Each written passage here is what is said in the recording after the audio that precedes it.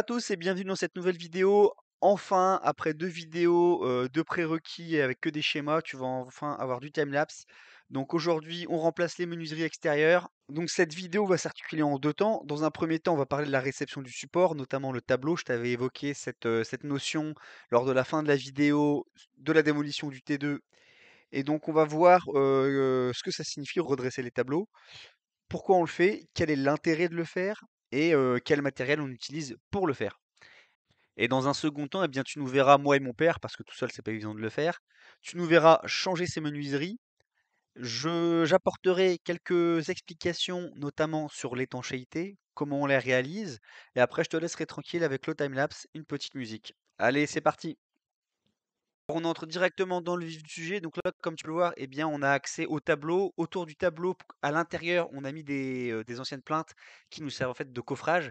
Et ces plaintes, eh bien, tu vas les faire dépasser juste de quelques millimètres par rapport à ton mur intérieur pour venir mettre un peu d'enduit, mais pas trop. Là, en fait, le but de redresser les tableaux, eh bien, en fait, c'est d'obtenir une surface qui soit lisse et eh bien, une surface qui soit d'aplomb, d'accord? Parce que d'origine, ton mur existant n'est pas forcément d'aplomb et comme les parpaings sont montés les uns sur les autres, il peut y avoir un peu de décalage entre chaque parpaing et forcément, eh bien, tu n'auras pas un aplomb parfait, tu n'auras pas une surface qui soit parfaitement lisse. Donc là, c'est mon père qui s'occupe de réaliser la gâchée en fait d'enduit prise rapide. Alors on utilise du Sika Monotop 311. Je te mettrai le lien en description pour que tu vois ce que c'est. Par contre, ta gâchée, n'en fais pas trop d'un coup parce que si tu ne finis pas rapidement une gâchée, eh bien elle aura le temps de durcir le temps que tu fasses tout ton tableau. Donc vraiment, fais-en petite quantité par petite quantité. Et donc concernant la largeur d'enduit prise rapide à mettre, eh bien tu fais en sorte d'avoir 4-5 cm sur les parties latérales et également en partie haute, puisqu'en fait c'est là-dessus que va venir reposer ton joint compriband, que tu vas le coller, et c'est là-dessus également que tu vas faire ton joint silicone d'étanchéité.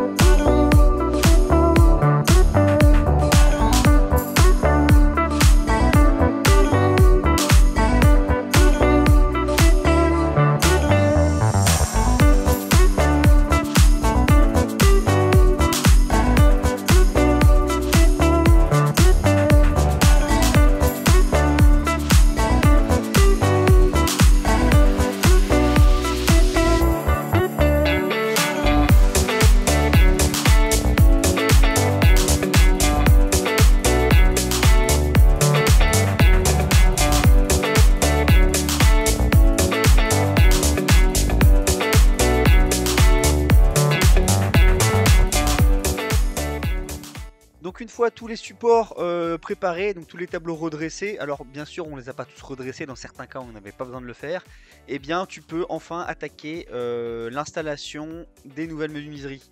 Alors là comme tu peux le voir, on a enlevé les vantaux et on vient directement mettre en place le châssis, donc le dormant PVC, pour marquer en fait l'emprise de la fenêtre. Et bien évidemment, quand tu viens mettre ton dormant PVC sur ton regingot, et bien tu fais en sorte d'équilibrer la position de ta menuiserie, c'est-à-dire, comme je t'avais déjà expliqué, d'avoir sur les parties latérales un appui qui soit à peu près égal de chaque côté, d'accord? Que tu égalises et que tu aies un appui donc de dormant sur le mur en parpaing égal. Et là, comme tu peux le voir, on est en train d'installer la cornière PVC sur le regingot. Et pas trop vite, tu crois que j'ai oublié de t'expliquer une petite étape là. Allez, on rembobine un petit coup. Donc là tu vois ce que je voulais te montrer, c'est que pourquoi on met des cornières en fait PVC, tout simplement parce que la cornière PVC, l'appui est plus large. Alors on met des cornières inégales comme tu vois sur la vidéo. Pourquoi on fait ça? Parce qu'en fait ce châssis là, tu vois, il est beaucoup plus large dans le sens de la profondeur. Parce que là on est bien dans le sens de la profondeur de la menuiserie. Mais la largeur est quand même beaucoup plus importante. Pourquoi? Parce qu'en fait cette partie là, ici là, est en contact donc avec ton comprimand, donc quasiment avec ton mur en parpaing. Et cette partie là, c'est là où viendra mon placo, tu vois, juste ici.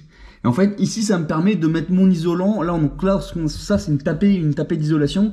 Ça permet en fait de décaler tes ouvrants par rapport à ton mur pour pouvoir mettre ton isolation. Donc bien évidemment tu comprends que si mon regingot il fait que ça de large, bien mon appui sera pas assez important. Donc, je te fais un petit schéma pour t'expliquer. Là, tu te souviens, on avait donc la vue en coupe de l'huisserie d'origine. Alors, on avait ces cornières qui permettaient de décaler le dormant pour être certain qu'il appuie sur le Rogingo. Et là, on voit qu'on a un appui Rogingo, ici ou même sur la vue du dessus, hein.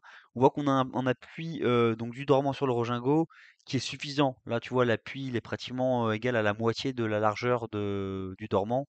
Alors, bien sûr, c'est pas à l'échelle, mais c'est pour que tu comprennes. Et là, moi, dans mon cas, là où j'ai la nouvelle menuiserie PVC, pardon, eh bien, comme je t'ai dit, moi, ma menuiserie vient en contact avec mon mur en parpaing. Et du fait de la tapée d'isolation, eh bien, j'ai un châssis qui est assez large. Et on se rend compte que l'appui du châssis sur le Rogingo est quand même beaucoup plus faible. Le rapport est beaucoup plus faible. Donc là, on voit que l'appui du Rogingo, c'est pratiquement un quart de la largeur du châssis. Donc c'est pas grand-chose. Et donc en fait, l'idée, c'est de venir mettre la cornière justement pour augmenter à ce niveau-là l'appui du châssis sur l'appui de fenêtre, enfin sur le Rogingo, mais bon, via la cornière. Et en fait, on se rend compte que, eh bien, là, on a pratiquement un appui qui est pratiquement égal à la moitié de la largeur du châssis. Alors encore une fois, c'est pas à l'échelle, c'est pour que tu comprennes. Et l'avantage aussi, c'est que là, à ce niveau-là, tu as suffisamment de place pour mettre ton compris-bande, d'accord? Qui va d'ailleurs beaucoup mieux coller sur du PVC que sur le Rogingo qui est brut de ciment avec la poussière. Et également pour pouvoir faire ton joint silicone. Donc voilà, petit schéma pour que tu comprennes pourquoi on met en place ces cornières. Allez, on retourne sur la vidéo, c'est parti.